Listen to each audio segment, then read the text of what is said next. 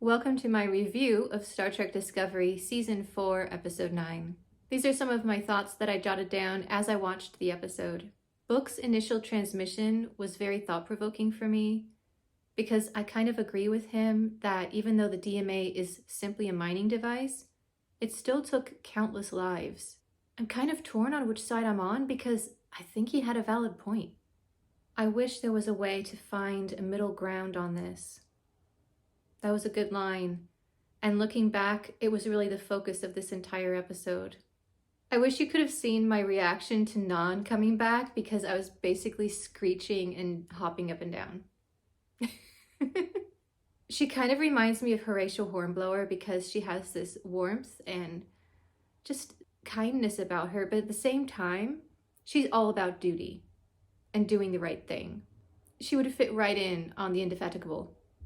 I really liked how first in her initial scene and then later on we got to see more backstory from her about interacting with her family and how badly that went. But I was super excited that she was semi-rejoining the crew, and I 100% trusted her and still do. I really wish she could be a regular again, but I assume the actor just isn't available, which is too bad.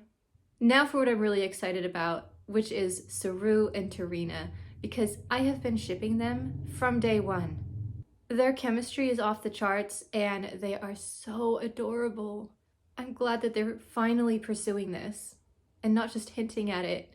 I'm also grateful that they're taking the time for subtle character moments between people and not just all explosions all the time, as much as I enjoy that. And T'Rina is such a great character. I liked her point how finding joyful connections in everyday life can help you find balance. And if you are too distracted or upset to meditate, simply find some small moment of joy to rebalance yourself.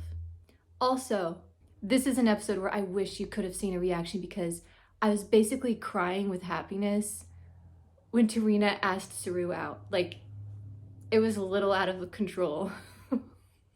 I was so happy. It was also fun learning more about Book's ship specifications because I'm so sorry, Discovery. His ship is my favorite on the show. And having a security block preventing unauthorized beam-ins makes so much sense. I would definitely be installing one if I had a ship in this universe. I'm sure they've probably mentioned it and I just forgot, but it really hit me that the Starfleet shuttles can be cloaked now. That's huge. It reminds me a little bit of the Stargate Atlantis puddle jumpers, which are probably my favorite Stargate ship. So that's kind of cool. This whole scene had so much technobabble and I just loved it. We need more scenes like this. I'm also glad I wasn't the actors trying to memorize those lines, because it is gibberish.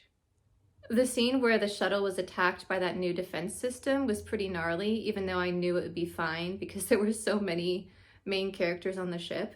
But it really showed how Book is still trying to do the right thing. And I really admire his character, even though he's gone rogue. Nan's option of destroying Book's ship was logical. Because if I was Michael, I could never make the call to destroy the one I love, even to save the galaxy. There's no way I could give that order, which is why Non was there. And the fact that she lost half her team because she waited too long to make a call and lost people herself explains a lot about why Non was pushing hard this episode and just makes me love her even more, of what she's going through and dealing with and still able to make the right call. And can we talk about the cinematography this episode? Because it was gorgeous. That scene where the two ships were jumping in and out around the DMA controller was just beautiful.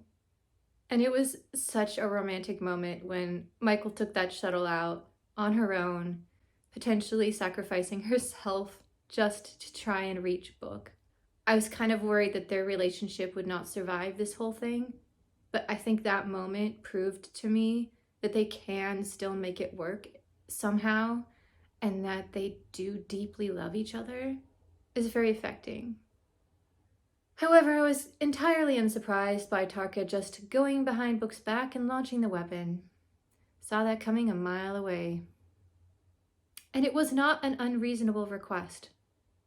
1 week to wait, but he was just so obsessed with getting home that he didn't care.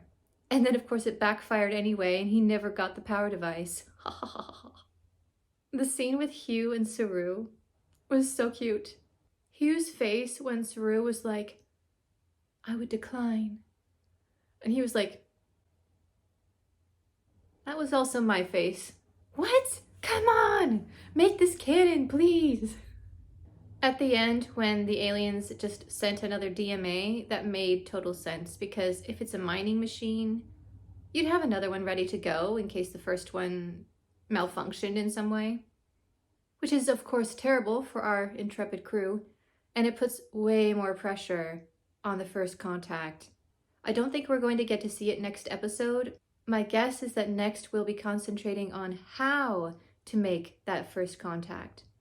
Overall, this was a really enjoyable episode and probably one of my favorites of this season because we got some wonderful character connections, great action sequences, and it was just beautifully shot. Live long and prosper.